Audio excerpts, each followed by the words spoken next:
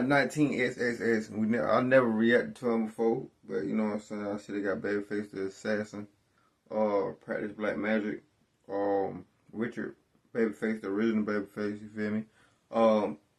He ain't the original Babyface. It's another Babyface. But let's go ahead and get into it, man. First time reaction. Here's 1993. The NYPD is on high alert, hunting a man responsible for at least 5 murders in Brooklyn, New York. Damn. He's not just a criminal. He's an enigma. 2 years earlier, he jumped bail and vanished. Since then, he's left a trail of blood and terror evading capture at every turn. He's quick to shoot, fearless, shrouded in whispers of supernatural protection. To his enemies and the authorities, he's more than a killer. He's a phantom. They call him Babyface. And by the end of his reign of terror, there will be 15 lives lost. God damn.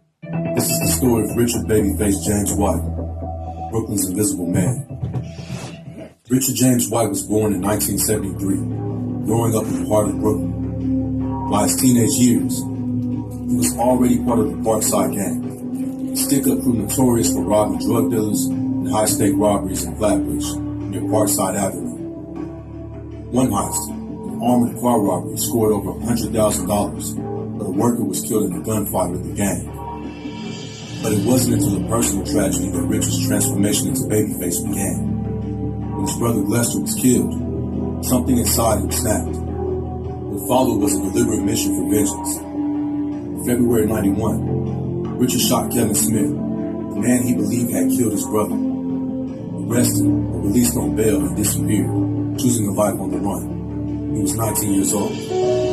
Richard's nickname Babyface wasn't just ironic. His short stature and youthful appearance, he looked more like a middle schooler than a cold-blooded killer. But anyone fooled by his appearance wouldn't live to make the same mistake twice. Babyface wasn't just violent. No cap. It be like young niggas like that that'll you would never think they'd do some shit like that, bro. Or short, or they'd be short than the motherfucker. Probably shorter than you. Probably think they want her to fly. Man, the motherfucker got smoke your ass. Robberies turned into assaults. I know plenty of them. Murders became routine, and no one was safe. In one case, Babyface and his crew barged into an apartment to rob some dealers but found 2 teenage girls instead. The would-be robbery turned into a horrifying assault. Later, one of the girls spoke to the police. Babyface ambushed him and an officer, firing at them at the squad car before vanishing. As his notoriety grew, so did the rumors. Babyface wasn't just elusive. People claimed he was protected. Stories of Caribbean Obeah magic and ancient tradition of spiritual protection and spells began to swirl. Babyface himself leaned into the myth. He claimed to have traveled to Jamaica where an Obeah witch doctor cast a protective spell over him. Allegedly, he also sent clothes back to Jamaica for blessings, making him invisible to both his enemies and the authorities. Whether these claims were true or... It works. That's all I'm gonna say. Psychological tactic, one thing was certain. Babyface was becoming larger than life. Babyface didn't just kill. He turned his murders into spectacle. I ain't gonna say too much, but firsthand, I done seen it work. Firsthand. I done definitely seen it work. He was riding the handlebars of a bike pedal by an accomplice. Armed with a gun in each hand, he shot at 2 rivals on Ocean Avenue. The shooting stopped. 2 men lay dead with 2 others injured. Babyface had slipped away once more. By 93, his suspected body count was 5. These killings, often linked to drugs or gang disputes, made him a regular on America's Most Wanted with emphasis on how trigger-happy he was. Detectives described him as a man who would shoot at the slightest provocation. Babyface evaded capture, filling the legend of his supernatural protection. Oh, man. Whether it was the NYPD's overwhelmed caseload or something more mysterious, Babyface always seemed... Like I say, that shit real, bro. I won't lie to y'all. But his luck would run out in Georgia. On April 28, 94, Babyface's hot temper would be his undoing. After a minor car accident in Stone Mountain, Georgia, Babyface argued with the other driver, Anthony Macklin, and his fiancée. When Macklin insisted on calling the police, Babyface shot him multiple times and fled. This time, local authorities moved quickly. Babyface and his accomplice Devin Ricky Tiki Brown were arrested within hours. The so-called Invisible Man was finally in custody. In December 1994, Richard Babyface James White and Devin Brown stood trial for the murder of Anthony Macklin. Ballistics evidence and eyewitness testimony sealed their fate. Both men were sentenced to life in prison. Even behind bars, Babyface appealed his conviction twice. The courts upheld the verdict.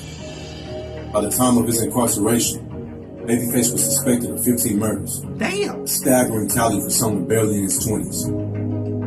Was Richard Babyface James White truly protected by supernatural forces? Or was it all a carefully crafted myth? What we know for sure is that Babyface believed it. His audacious crimes, shooting from bike handlebars, attacking police cars, and committing murders in broad daylight were the actions of someone who thought himself untouchable. Yeah, doing stuff like that regular shit, just crash out. Like this is a real definition of a young nigga. No bullshit. The rumors were just another weapon in his arsenal. It ain't cool either. Designed to instill fear and hesitation in his enemies. Or maybe, in a city overwhelmed by crime, the myth of Babyface thrived because no one could catch him. Babyface created his legend, or did we? I fuck with a 19XX, bro. I fuck with you. I see you got a lot of more other videos and shit too. If this go through good and everything go good with it, we're gonna react to him more. That being said, make sure I go subscribe to my other channel, my Mr. Sosa Reacts, bro. Like I said on my last video, from yesterday, like I'm gonna post another video over there tomorrow